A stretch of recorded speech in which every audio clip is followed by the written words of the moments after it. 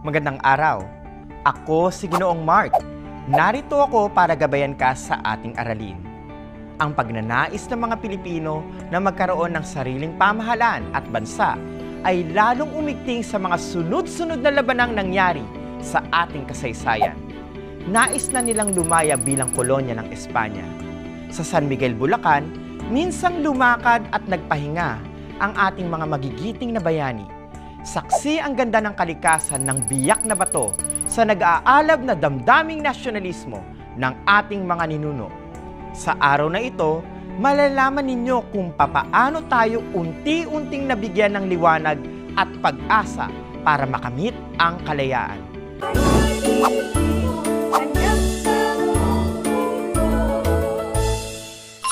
Tayo muna ay magbabalik-aral. Bibigyan kita ng 3 segundo para isipin ang tamang sagot. Unang bilang, siya ang nahalal na Pangulo pagkatapos ng kumbensyon sa Tejeros. Siya ba ay si Andres Bonifacio o Emilio Aguinaldo?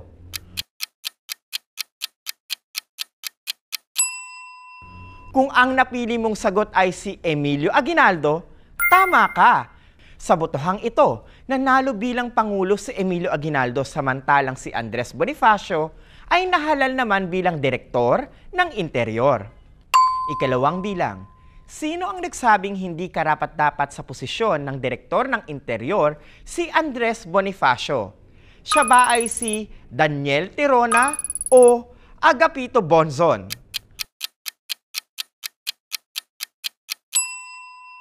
Kung ang sagot mo ay si Daniel Tirona, tama ka. Ayon sa kanya, nararapat na isang abogado ang hahawak ng posisyon bilang Direktor ng Interior. Ikinagalit naman ito ni Andres Bonifacio dahil pakiramdam niya, siya ay minamaliit. Ikatlong bilang, ano ang dokumentong nagsasabi na binabaliwala o walang bisa ang mga desisyon na naganap sa pulong sa Tejeros? Ito ba ay Kartilya ng Katipunan o Acta de Tejeros?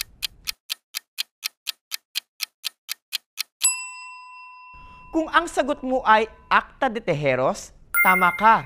Ito ay inilabas ni Andres Bonifacio bilang Supremo ng Katipunan. Dahil dito, maraming taga-suporta ni Emilio Aguinaldo ang nagalit at pinagmulan ng paghahati ng grupong Magdalo at Magdiwang. Ika-4 na bilang, ano ang kasong ibinigay kay Andres Bonifacio na naging dahilan kung bakit hinatulan siya ng kamatayan? Ito ba ay pagnanakaw sa kaban ng bayan o sedisyon at pagtataksil?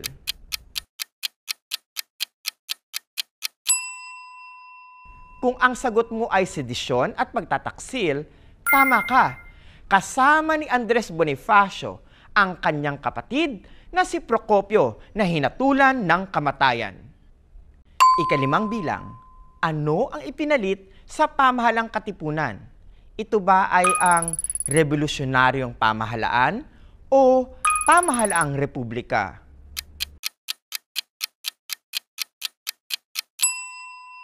Kung ang sagot mo ay revolusyonaryong pamahalaan, tama ka. Ito ang ipinalit sa pamahalaan ng katipunan, kung saan ay nagtatag sila ng mga reforma at kautusan bilang paghahanda para makamit ang kalayaan mula sa mga Espanyol.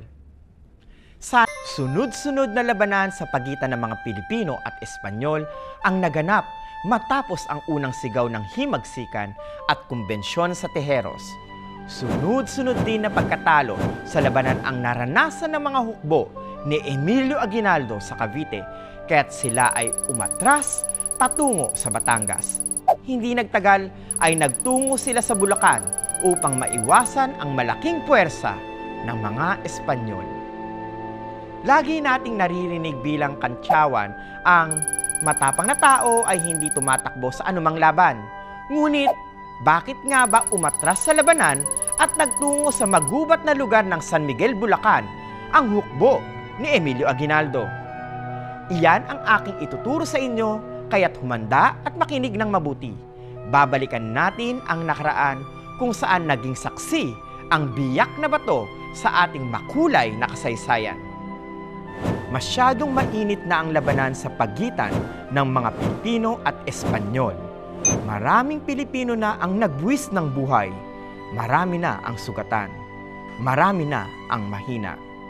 Kailangan nilang umiwas sa hukbo ng kalaban upang makabawi ng lakas at makapag-isip ng bagong paraan upang magwagi sa himagsikan. Mula sa Talisay, Batangas ay dumaan ang hukbo ni Emilio Aguinaldo sa Morong hanggang marating nito ang Biak na Bato sa San Miguel, Bulacan. Dito niya pinulong ang mga pinuno ng kanyang hukbo upang bumuo ng saligang batas bilang tanda ng isang malayang bansa. Sa pangunguna ni Isabelo Artacho at Felix Ferrer, sinulat nila ang konstitusyon ng Biak na Bato na pinagtibay noong ika-1 ng Nobyembre 1897. Teka mga bata, kung mayroon ng konstitusyon ng Biak na Bato, ano kaya ang mangyayari sa Katipunan o KKK na itinatag ni Andres Bonifacio? Bibigyan kita ng clue. Tingnan mo ang petsang ito. Ika-1 ng Nobyembre, 1897. Ano ba ang pagdiriwang nating mga Pilipino tuwing ika-1 ng Nobyembre? Kung ang sagot mo ay araw ng mga patay, tama ka. At dyan, kung iuugnay ang nangyari sa Katipunan. Sa araw na iyon, nagwakas ang Katipunan. Namatay ang Samahang Katipunan dahil ito ay napalitan na ng isang pamahalang may konstitusyong sinusunod. Nawala man ang Samahang Katipunan o KKK, ang mga kasapi nito ay patuloy pa ding nakipaglaban para makamit ang kalayaan. Tara at bumalik tayo sa kwento ko. Pagkatapos mapagtibay at maipahayag ang saligang batas, itinatag ang Republika ng Biak na Bato. Ang mga nahalal na opisyal ay sina Emilio Aguinaldo bilang Pangulo at Mariano Trias naman bilang pangalawang Pangulo. Habang patuloy ang mga labanan, nagpasya si Pedro Paterno na mamagitan upang mahinto ang digmaan. May mga Pilipinong nais tapusin ang laban sa madugong paraan. May ilan naman na umaasang maayos ang lahat sa pamamagitan ng kasunduan. Sa pamamagitan ni Paterno, nabuo ang kasunduan sa Biak na Bato. Lumagda sa kasunduang ito si Paterno bilang kinatawan ng mga revolusyonaryo at si Gobernador General Fernando Primo de Rivera. Alam ba ninyo ang ibig sabihin ng kasunduan? Ito ang tawag sa pasalita o pasulat na dapat gawin ng dalawang panig.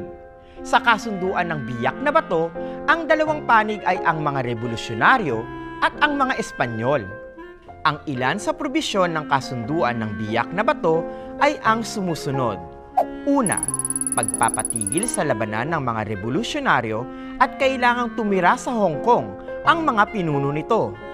Ikalawa, pagsuko ng mga armas ng lahat ng mga revolusyonaryo. Ikatlo, pagbabayad ng halagang 1,700,000 Mexican peso sa mga revolusyonaryo at pamilya nito.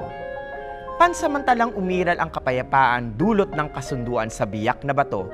Ngunit dahil may iilang patuloy na nagaganap na labanan sa pagitan ng mga Pilipino at Espanyol, ay hindi rin sinunod ng mga Espanyol ang kasunduan at hindi ibinigay ang natitirang halaga o salapi. Samantala, nagtungo sa Hong Kong si Aguinaldo at ang ilang pinuno ng kilusan. Ngunit ipinagpatuloy pa rin niya ang pamahalaang revolusyonaryo. Hindi tinupad ng Espanya ang pangakong pagbabayad sa mga Pilipino ng halagang 1,700,000 Mexican peso. Tanging 600,000 lamang ang ibinayad nito. 400,000 ang napunta kay Aguinaldo at 200,000 naman ang napunta sa mga kawal. Maraming Pilipino ang pinarusahan at walang reformang ipinatupad sa kolonya. Tama ka nang narinig, may 400,000 pisong natanggap si Emilio Aguinaldo. Pero saan naman kaya niya yun gagamitin? Napakalaking halaga nito, lalo na noong panahong iyon. Alam ba ninyong ginamit niya ang halagang ito para paghandaan ang isang mas malaking labanan, isang mas malaking paghihimagsik sa mga Espanyol na hindi tinupad ang kasunduan sa Biak na Bato. Sana'y naunawaan mong mabuti ang ating aralin. Kung ating iisipin, ang kasunduan sa pagitan ng mga Pilipino at Espanyol, ninais ng mga Pilipino na magkaroon ng pagbabago sa ating bansa. Ngunit dahil sa di pagsunod sa nakatakdang kasunduan, ay nanatili at nagpatuloy ang labanan. Ito ang tapang na ipinamalas ng mga Pilipino. Walang inuurungang laban kahit na ang kapalit nito ay pagsasakripisyo na malayo sa pamilya. Ang malayo sa sariling bayan para sa ikabubuti ng mas nakararami. Kunin mo ang iyong lapis at sagutang papel. Bibigyan kita ng 5 segundo para sagutin ang sumusunod na tanong. Gamitin mong gabay ang mga titik para mabuo ang salita. Unang bilang. Siya ang nahalal na Pangulo pagkatapos na mabuo ang konstitusyon ng Biak na Bato.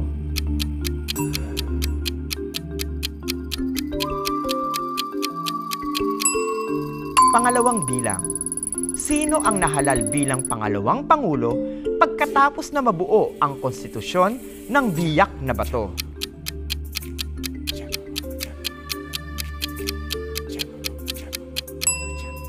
Pangatlong bilang. Saan nagtungo si Emilio Aguinaldo para iwasan ang malaking hukbo ng mga Espanyol?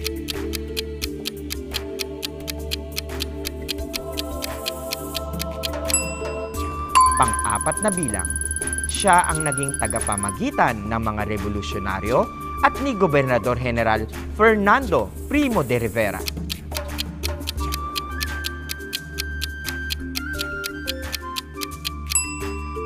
Panlimang bilang. Saan ipinatapon si Emilio Aguinaldo bilang bahagi ng kasunduan ng Biak na Bato?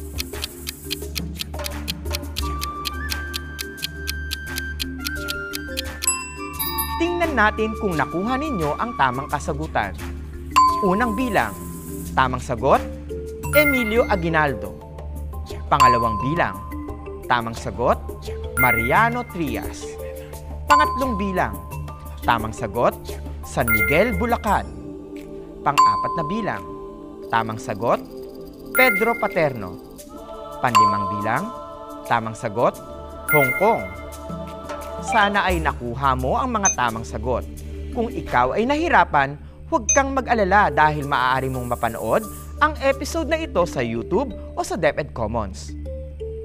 Tandaan natin ang mahalagang aral na ito sa ating kasaysayan. Nakita natin na pumayag si Emilio Aguinaldo na maipatapon sa Hong Kong bilang bahagi sa kasunduan ng Biak na Bato. Ang kanyang sakripisyo na malayo sa bayang pinakamamahal para matupad lamang ang inaasam na reforma ay makakabuti para sa nakararami. Sinunod niya ang kasunduan sa pag-aakalang tutuparin din ng mga Espanyol ang kasunduan sa Biak na Bato. Ito ay walang pinagkaiba sa mga organisasyong na may mga kasunduan sa iba't ibang ahensya ng pamahalaan para maghatid ng tulong lalo na para sa mga mahihirap na mamamayan ng ating bansa. Para sa isang layunin, ito ay ang matulungan ang mga Pilipino. Ang kasunduan ay isang pangako. Ang kasunduan ay kinakailangang hindi binabali. Ito ay nagpapatibay sa ating pangako, sa ating salita. Kaya mga bata, kung kayo ay nasa 8 gulang na, alalahanin ang mga kasunduan at pangako na inyong gagawin. Tuparin ninyo ito, lalong-lalo na kung ito ay kasunduan sa pagtulong sa mga mahihirap na mamamayan ng ating bansa. Bilang pagbubuod sa ating aralin, tandaan natin ang sumusunod na talasalitaan. Saligang batas. Ito ang tawag sa konstitusyon o mga batas na nagsisilbing gabay ng mga mamamayan ng isang bansa. Kasunduan. Ito ang pagsang-ayon ng dalawang panig para sa mga probisyon o nais na sundin ng isa't isa. Reforma. Ito ay ang pagbabago ng isang kamalian o hindi magandang karanasan. Mestizo. Ito ang tawag sa isang Pilipino noong panahon ng mga Espanyol na nahaluan ng ibang lahi gaya ng Inchik. Tagapamagitan. Siya ang taong namamagitan sa dalawang panig. Sa susunod na aralin, malalaman natin kung sino-sino ang mga kababaihang sumali sa revolusyon na tumatak sa kasaysayan.